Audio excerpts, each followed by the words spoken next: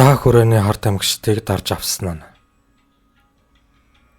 1920 онд Монголд дөнгөж үүссэн гар олсон ардын цагдаагийн ажилтнууд харт амьгчид наркомануудыг илрүүлж, мансуурах ургамал, героиныг илрүүлэн нийгмийг хуудас эвэрлжээ.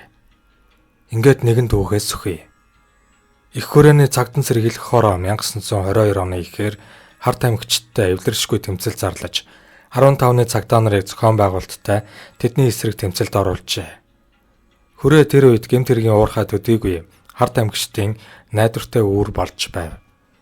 Хувьсгалаас өмнө харт амьгчид наркомануудтай ингэж дайн зарлж байсангүй.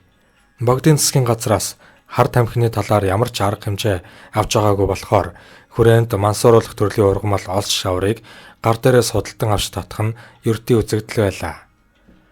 Ардын засгийн газраас харт амьгчдыг ангийн дайсантай нэгэн адил үзэж, үе шаттай олон арга хэмжээ явуулж эхлэв.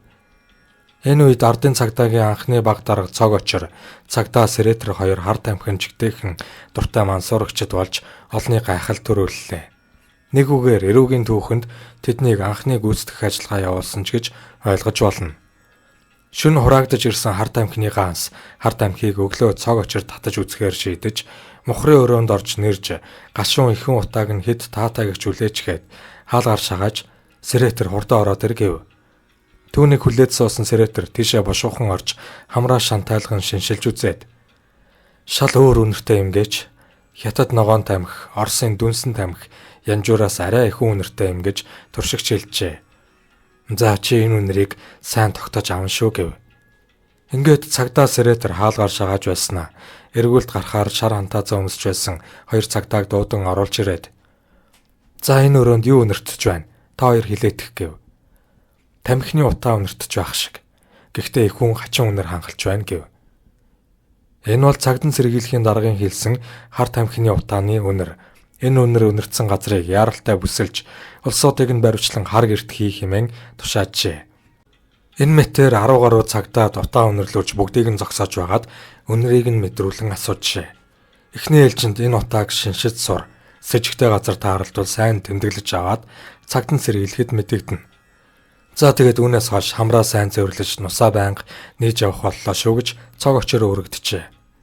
Энэ үеэс хойш хүрээ даяар харт амьх татагчдыг ээлжээр намнаж эхэлсэн түүхтэй. Тэр үед харт амьхтай холбогдож байсан хүмүүсийн дийлэнх нь Хятад пүүсний эзэд Монгол бие үнэлэгч хүүхнүүд, зарим нэг саваагүй баячууд байв. Ингээд хятадууд ихээр амьдардаг хүрээний 19-р гудамжинд сэргийлэгчид эргүүлд гарч гудамжаар оройжин сэлгүүцэж утаа шиншиж явсан боловч сэжигтэй зүйл олсонгүй. Аргалын цэнхэр утааны хүч шиг үнэрийн хажуугаар нүрсний гашуун утаа самсаа хорсгоно. Шүн дундын үед ашгүй танил бус содон үнэр хангалж байхыг Сэрэтэр шиншиж мэджээ. Тушаал ёсоор баг дарга цог очирт хэл өгөв. Цог очирч хурж ирээд орхоор олжээ. Зузаан банцыг тавлаж хадсан хүнд нүсэр даамаа алгыг төмрөөр эмтсэн хурун чинээ 5 хатаастай. Явган алгыг онгойлох аргагүй байв. Бүдүүн шургааг шааж, завсар чөлөөг шавраар чигжиж хийсэн хашааг давх аргагүй аж. Ардын цагтаа муур шиг үсэрч дүүлж ямар ч цаадыг давж ангийн дайснуудтай тэмцэлд орж ялна гэсэн үгээр цог очир бусдыгаа зоригжуулав. Батгүйний засан сайжруулах шорон шиг өндөр хашаа байсан аж. Баг даргийнхаа мөрөн дээр авиран гарсан Сэрэтэр шургаахан хашааг сэмхэн давж дотроос нь хаалгыг онгойлгожээ. Тэр хоёр цасан дарагдсан ногооны талбай дундуур гүйлтэн цонхон гэрэлтэй байшин төрж хаалгыг нь зөөлөн тогшиж чимээ чагнав. Хүлээж ятаа дахиад хэд хүчтэй дэлсэв. Царил олж хаалгыг нь гүжин онгойлгож дайран орвол хүн байсангүй. Гэвч харт амьхны ихэн утаа суунаглаж байгааг хоёр мөрдөгч мэджээ. Энэ зур мансуурагчдын харуулд гарсан нэг хужаа гартаа хүр зорин Сэрэтэр рүү дайрчээ. Сэрэтэр өнөөх хужаагийн хөрснөөс зууран аваад гуд татвал өнөөх итгээд кунфу маягаар цагдаагийн цээж рүү мөргөж онгов. Сэрэтрийг өвхрэн унахад хужаа хятадаар ямар нэг шулганан толгоороо зохиж гарчээ. Энэ хооронд цог очир өнөөх хятадын хантааснаас нь угзарч гэдрэг унгаад бид цагдаа нар байна бүү хөдөл гэж захирангуй чанга дугаар хэлв. Гэвч хужаар хулгайч ороод ирлээ гэж байдаг чадлаараа бархирчээ. Цаад өрөөнөөс хэд хэдэн гүүн гарч ирээд төр хоёрлоо хурц жотоо барин дайрсан байна. Хоёр цагдаа ухран гэрийн хаалгыг гаднаас нь төгжээд Бид цагтаа байна. Гартаа барьсан хурц лоомоо хаяад гараад ирэхэд нэг нь луухан. Үхсний чинь цагтаа. Цагдаа нар чинь шар хантаастай байдаг юм хэмээн хашгирав. Энэ хооронд Сретер цог очир хоёр гаднах дээлээ тайлж шар хантаа зомсоод дээшээ нэг байшингийн дээвэр рүү 2 удаа буудан хар тамхичтыг өмдөндөө шээс алтгад хүргэжээ. Бүгдийг гаргаж байшингийн хан руу налуулан зогсооход нийт 5 хятад 4 монгол хүн байв. Нэгжлэг явуулахад 5 фунт хар тамхи, урт богино 10-ад зис толгой, сорулттай гаан сурааж авчээ.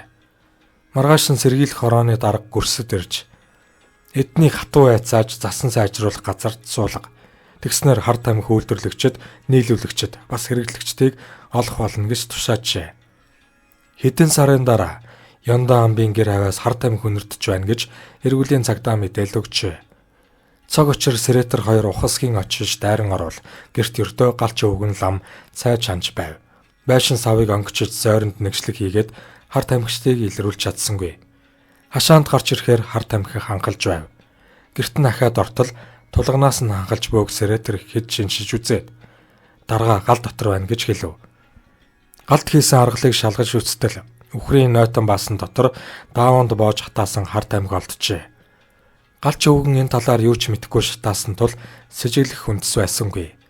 Гадаах хураалттай аргалыг нэг үрчлэн шалгаж байтал голд нь 10-ад чин яг аргал шиг далдлан хатаасан хар тамхи олджээ. Өвгөн галч мэдэлгүй нэгийг галд төлснөөс үнэр хангалж энэ ноцтой хэрэг илэрч байсан төвхтэй. Аргалыг төвдөө толоос тээвэрлэж ирсэн тогтоогдож хэд хэдэн төвд ламнар баригджээ.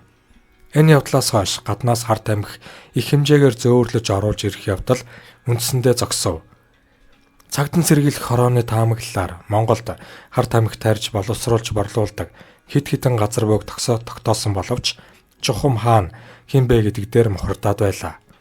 Цагдаа нарч хар тамхины цэцэг мэдэхгүй нь бас нэг бэрхшээл. Ард олон бас хар тамхины цэцгийг мэдтгүй. Яаж боловсруулдаг талаар төсөөлөлгүй. Ер нь тэр талаар тодорхой ойлгоц муу учир ямар нэгэн мэдээл хэргийн сэжүүр цагдаад олдохгүй ажээ.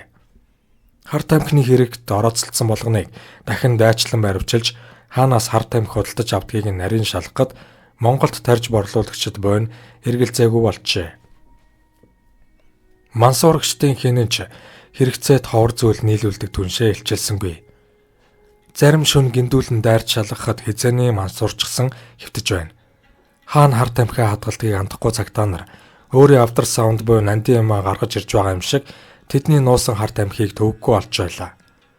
Тэрч бүх хил мансуурчсан янхан хүүхнүүдийн салтаа сааман дундаас ухаж авах тохиолдолч гарч байсан гэдэг. 1923 онд Түшэт хаан аймгийн Эрдэнэ намсраа шуун сорьсч байсан Занцаа гэх хужаа хар тамхи тариалж байгааг илчилжээ. Ингэхдээ цагдаа Сретер бороод хувцас өмсөж улсын санд тариа ногооны гэрээ хийх нэрээр очив. Хамт хятад архиуч ардын засгийг муулж нилээд зузаан танилцжээ. Энэ маягаар 2 сар дотно болсон Сретер жаахан хар тамхи 2 жинг өгөөч гэвэл Занцаа огт сэжиглсэн шинжгүй зойрноосоо 2 жинг гаргаж өгчээ. Ингээд л баг дарга цог очир сэжигтэн Занцааг байцааж эхлэхэн тэр. Занцааг шүнжин байцаахад тарианыхаа газар 12 санж урт 5 санж өргөн талбайд жил болгон хар тамхины төрлийн ургамал тарьж нууцаар хүрээнд аваачин худалдан борлуулдаг байснаа хүлээв. Хятад өвгнийг шүүхэд шилжүүлж 75 лангаар торгон 5 жил засан сайжруулах газар суулгасан байдаг. Үүнээс гадна өнөөгийн Сэлэнг Булган аймагт ногоо тарж байсан луу хаануудын гэрээс 200 гаруй фунт хар тамхи хурааж хагасыг нь шатааж үлдсэнийг нь Орос эмчийн газар худалдаж мөнгөөр нь цагдаагийн шинэ дүрм товц авахд нийлүүлж байсан гэдэг. Ховд улаастай зүүн гараа Амгаланбаатар хотод хар тамхи хэрглэж байсан 1000 гаруй хүнийг илрүүлэн барьсан бол 1936 онд ардын цагдаагийн ажилтнууд 239 хүнийг хар тамхи хэрглэсэн бусдад зарсан хэрэгээр шүүхэд шилжүүлж ял зэмийг хүртээж байжээ.